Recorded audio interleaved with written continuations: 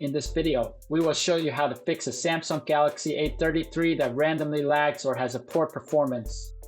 Random lags and freezes are often due to some minor issues with the firmware. They're not that serious, so you can actually fix them easily. So if you have this problem with your phone, the first thing to do is to restart it because it's probably just due to some minor glitches. To do that, swipe down from the top of the screen twice to pull down the quick settings panel.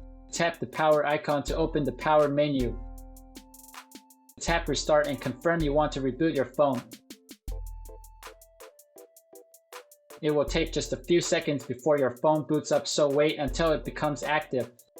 Then try to see if the random lags have disappeared, because if not, then what you have to do next is to check the storage space and the firmware.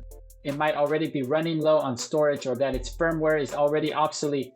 So pull up the apps drawer and tap settings. Scroll all the way down and tap battery and device care.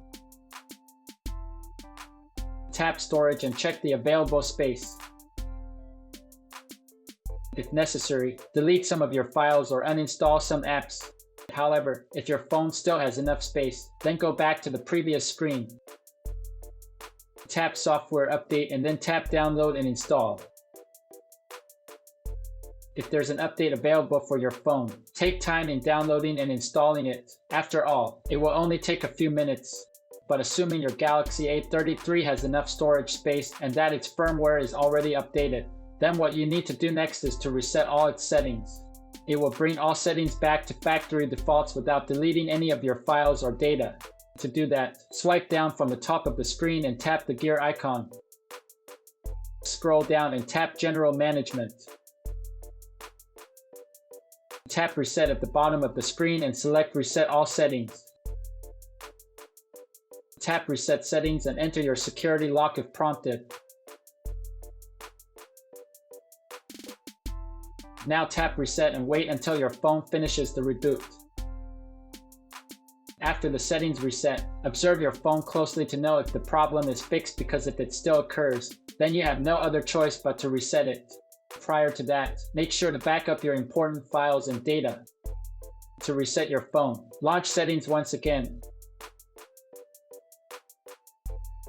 Scroll down and tap General Management. Tap Reset and then select Factory Data Reset. Scroll down and tap the Reset button. Enter your security lock and then tap Delete All.